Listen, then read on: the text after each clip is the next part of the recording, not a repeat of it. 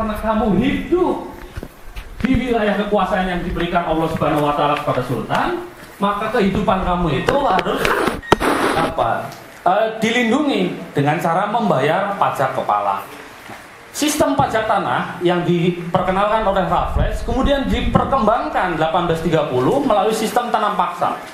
Sikep yang menguasai desa, elit-elit desa itu, kaum sikep, diwajibkan menurut undang-undang tanam paksa menanam 1/5 tanahnya untuk tanaman komoditi, kopi, cengkeh, tebu dan segala macamnya. Selain itu, mereka juga wajib menjual hasil olahan tanaman komoditi itu kepada perwakilan pemerintah kolonial. Itu teorinya. Kenyataannya bisa lebih dari separuh tanah yang dikuasai sikep itu ditanami tanaman komoditi. Sebelumnya tanah-tanah itu khusus untuk menanam tanaman subsistensi pangan. Karena dalam sistem, dalam tanda kutip, feodal Jawa, ekstraksi surplus itu dalam bentuk in natura. Jadi belum terjadi monetisasi atau sistem pajak modern. In natura, dalam bentuk barang. Seperti waktu 2-3 hari yang lalu ada perkawinannya Kanjeng Ratu Hayu ya, dengan Kanjeng Notonegoro. Jadi kawulo-kawulo dari Bantul, dari Kulon Progo itu menyetor barang, ya toh? Ada produk pertanian. Mungkin kita menganggapnya sebagai itu hanya persembahan simbolik. Tetapi itu memang yang terjadi. Itu memang tradisinya. Jadi tahu ekstraksi surplus melalui pengambilan surplus produksi bahan pangan. Tahun 1850 produksi bahan pangan menyusut dengan luar biasa karena tanah-tanah yang sebelumnya untuk produksi pangan, terutama padi, diganti untuk produksi tanaman komoditi. Sehingga kalau kita baca buku sejarah Jawa, Indonesia pra kemerdekaan, maka berpuluh-puluh tempat di Jawa, di Sumatera mengalami kelaparan. Yang paling parah di Jawa itu Grobogan, Kebumen, Tuarjo, Purworejo dan segala macamnya. Dan kalau kita merunut pada sejarah, singkong mulai ditanam oleh penduduk desa di Jawa itu abad 19. Jadi jangan kita pikir bahwa orang Gunung Kidul itu biasa memakan gaplek, singkong yang dikeringkan kemudian dimasak. Seolah-olah itu tradisi yang dari beribu-ribu tahun. Tidak. Singkong itu bukan tanaman asli Jawa. Itu tanaman asli dari Amerika. Dari Afrika kemudian dibawa ke Amerika, baru langsung ke sini ke Jawa. Itu abad 19. Kenapa? Karena sawah yang dialihfungsikan menjadi untuk tempat produksi tanaman komoditi mulai menyusut. Yang tersisa buat para petani, para kaum panumpang, para penggarap adalah lahan-lahan kering. Nah, lahan-lahan kering ini nggak bisa ditanami oleh padi.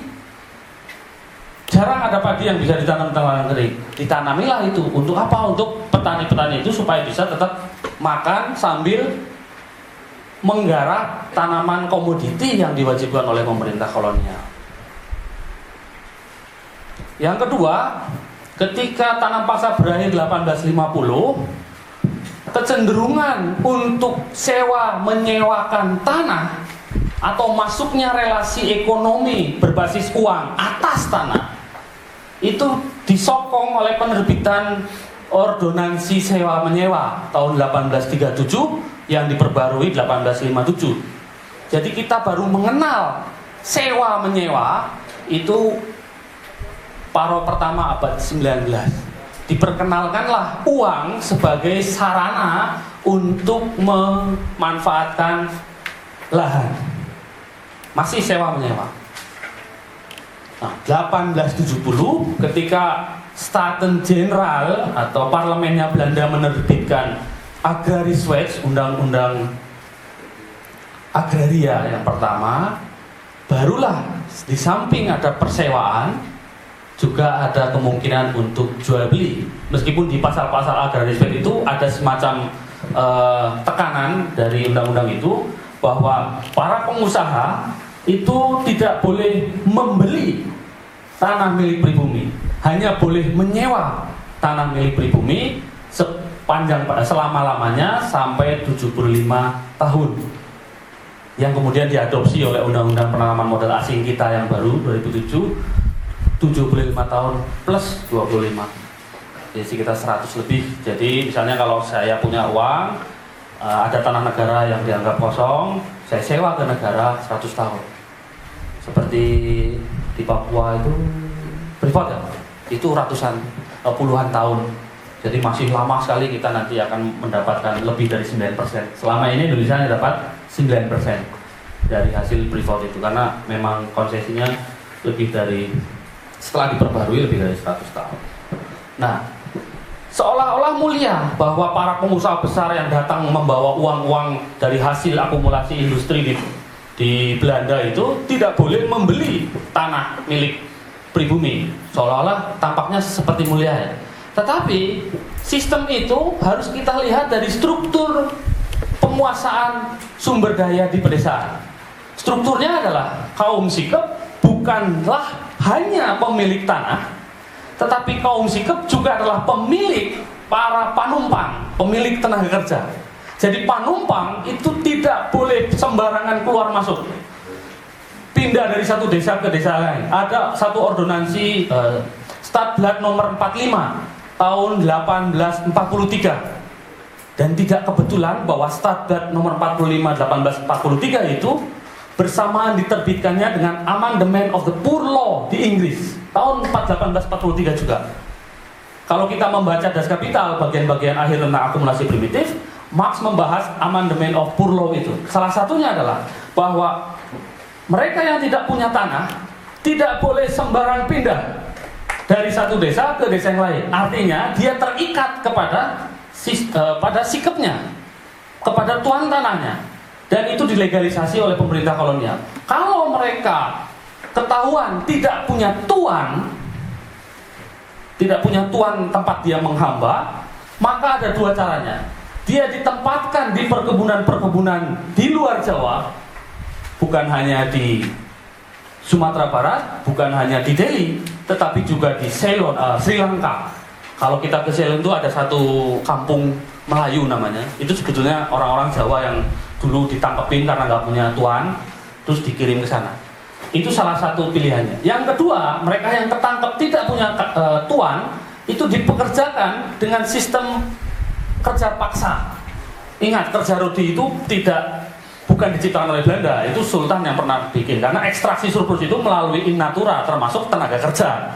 Jadi untuk mengerjakan infrastruktur, mengerjakan bangunan yang dikira Sultan penting, atau juga untuk menjadi infanteri yang di depan mati pertama itu perang-perang sesama bangsawan.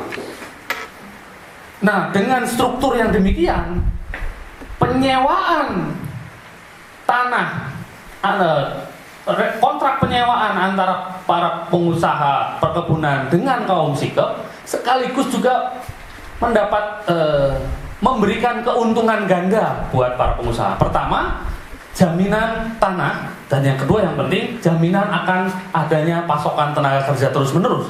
Karena dengan mengikat kaum sikep melalui sistem kontrak sewa, sekaligus juga dia mengikat para buruh untuk bekerja di lahan itu. Kenapa harus diikat? Karena sistem pasar tenaga kerja belum muncul pada waktu itu. Jadi belum ada tenaga kerja yang pengangguran, yang bawa-bawa pelamar kerja, itu belum ada waktu itu. Karena orang bisa saja pergi ke hutan, membuat hutan, menanam singkong dan bisa hidup dari situ. Kalau sekarang kan nggak bisa, nanam singkong sembarangan terus hidup dari situ, nggak bisa, harus kerja. Sekarang terbentuk sistem pasaran. Tapi sistem persewaan tanah itu memungkinkan munculnya pasar tenaga kerja. Kan nggak semua orang betah loh disiksa di sistem perkebunan Belanda. Banyak yang kabur, ada yang kaburnya ketangkep, ada yang selamat juga. Nah, yang selamat ini kemudian lari kan ke perkotaan. Nah, kalau kita lihat juga studinya Tingelsen tentang buruh-buruh abad 19 di perkotaan di Jawa, di Semarang, di Surabaya, nasib mereka ketika ke kota juga nggak ceria-ceria amat ketimbang mereka yang dikirim ke Sri Lanka atau malah yang ke koloni Belanda di Afrika. atau ke Suriname gitu. Sama saja sengsaranya. Jadi mereka keluar dari mulut buayanya kaum Sikep, kemungkinan bisa masuk kalau nggak ke lubang singa, ke mulut macan, atau ke lubang kubur. Dan itu disahkan oleh Stadblad nomor 45. Jadi orang tidak boleh tidak punya tuan. Kalau nggak punya tuan, diperbudak oleh negara. Jadi ada kam-kam kerja paksa gitu. Pemerintah membuat kam-kam kerja paksa. Nah, itu awal dari proletarisasi, penciptaan proletar. Nah, tapi proletarisasi yang kian berkembang ketika akumulasi kapital di negeri Belanda itu membutuhkan lahan-lahan untuk ekspansi. Kebutuhan akan tenaga kerja begitu tinggi sehingga iming-iming orang untuk lari dari satu tempat ke tempat lain dengan iming-iming akan dapat kehidupan yang lebih bagus itu semakin mungkin. Disitulah pasar tenaga kerja. Artinya tenaga kerja bisa diperjualbelikan, bisa dipertukarkan dengan uang ketika sistem perkebunan ini menghancurkan secara perlahan-lahan sistem penguasaan lahan feodal yang sebelumnya diciptakan oleh Belanda untuk mengamankan investasi yang awal-awal. Ketika desa sudah mulai hancur strukturnya, ketika orang-orang sudah tidak membayangkan lagi bahwa tanah ini milik Allah Subhanahu wa Ta'ala sehingga tidak bisa dijual belikan, maka tahap yang kedua adalah komodifikasi tanah. Jadi untuk munculnya kapital, syarat sosiologis, syarat historisnya adalah terciptanya tenaga kerja yang dapat diperjualbelikan. Kalau kita melihat sejarah yang tadi saya kemukakan, ternyata kapital itu tidak sejak azali ada. Karena dia sesuatu yang muncul dalam sejarah, dia adalah fana. Dan semua yang fana itu punya akhir. Buat sebagian orang, pengetahuan itu memberikan semangat bahwa perjuangannya tidak sia-sia. Bahwa ada kemungkinan untuk mengakhiri sesuatu yang bermula. Itu hikmah yang pertama.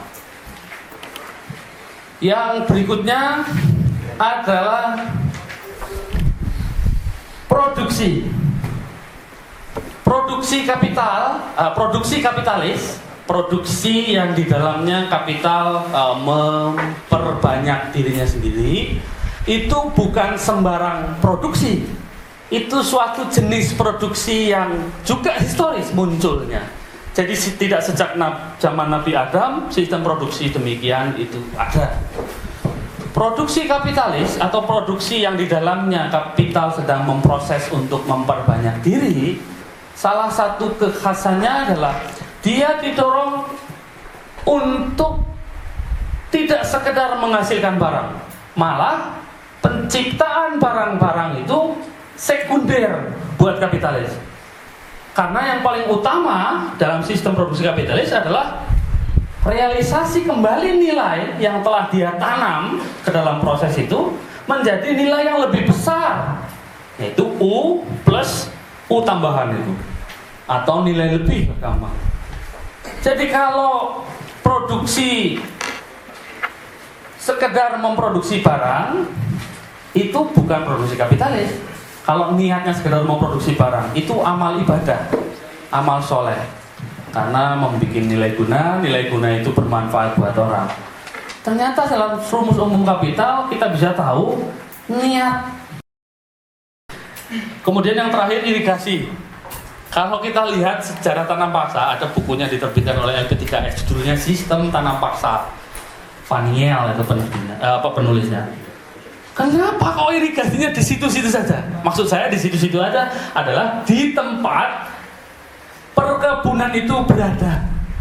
Jadi kenapa nggak di kampung saya, di Haurgelis, di Indramayu Selatan yang nggak ada kebun? Kalau mau niatnya mau meningkatkan pendapatan kaum tani dengan menyuburkan tanah dan irigasi, air, pasokan air dan segala macam, Niatnya memang bukan itu mas, niatnya supaya pasokan air untuk perkebunan itu lancar, ayem, tentrem, supaya produksi perkebunan itu menjadi meningkat, produktivitas meningkat, maka mereka bisa bersaing dengan pengusaha-pengusaha Inggris, pengusaha-pengusaha Jerman, dan abad 19 paruh kedua dengan pengusaha-pengusaha Amerika. Sekali lagi saya bertambah dosanya karena melihat sistem politik bala budi sebagai sesuatu yang negatif. Niatnya hanya untuk itu, niatnya hanya untuk reproduksi tenaga kerja jenis baru, infrastruktur untuk akumulasi kapital, dua-dua. SD Impres juga saya curiga itu tahun 80-an ya. Kenapa? Kok berbarengan dengan industrialisasi di Jawa? Pabrik-pabrik tekstil, pabrik-pabrik garmen di Tangerang, di Balaraja, di dekat kampus saya di Majalaya. Kok tahun-tahun itu? Minimal bedanya dengan pekerja perkebunan. Pekerja perkebunan kan hanya ngurus tanah, tanaman, kebun. Kalau yang kerja di pabrik itu minimal harus tahu on dan off kan, karena mesinnya tuh pakai bahasa Inggris on dan off. Kalau dia melek huruf kan masih mending, nggak salah mencet itu. Destroy, oh pasti pencet destroy. Kayak plankton waktu menyamar jadi tuan crab itu, yang dipencet destroy. Jadi untuk menghasilkan tenaga kerja jenis baru, bukan tenaga kerja yang bisa dipekerjakan di perkebunan, tapi tenaga kerja yang bisa dioperasikan di dalam pabrik-pabrik manufaktur. Masalahnya pabrik manufaktur itu membutuhkan tenaga kerja yang melek huruf. Sekarang apa enggak kayak macam itu? Coba nanti setahun 2 tahun Anda lulus toh, salah satu syaratnya adalah ngerti komputer, ngerti Inggris. Kenapa? Apakah mereka mulia supaya Anda terbuka pikirannya, tahu komputer, terbuka pikirannya dengan baca bahasa Inggris? Enggak, karena operasi kapital mau lewat kantor maupun lewat pabrik, untuk kelas administrator kayak kita-kita ini, ya mesti minimal ngerti komputer sama Inggris lah. Ya kan? Itu seuzonnya saya. Yang berikutnya, adakah sistem kapitalis di masyarakat kota? Ada, tapi komprador. Kapital mereka, struktur mereka itu kan tidak diciptakan oleh sistem feodal. Siapa sih yang mau berubah? Misalnya saya anak anak sultan misalnya, anak Mangkubumi. Yo enak kan? Tanah banyak, kawulo banyak. Kalau dulu zaman feodal itu ada hak penguasa untuk meniduri perempuan yang mau kawin di wilayahnya. Itu hak malam pertama namanya. Oh sekarang saja karena ratunya galak jadi monogami. Sebelumnya istri 4 sesuai syariat, gundik 12.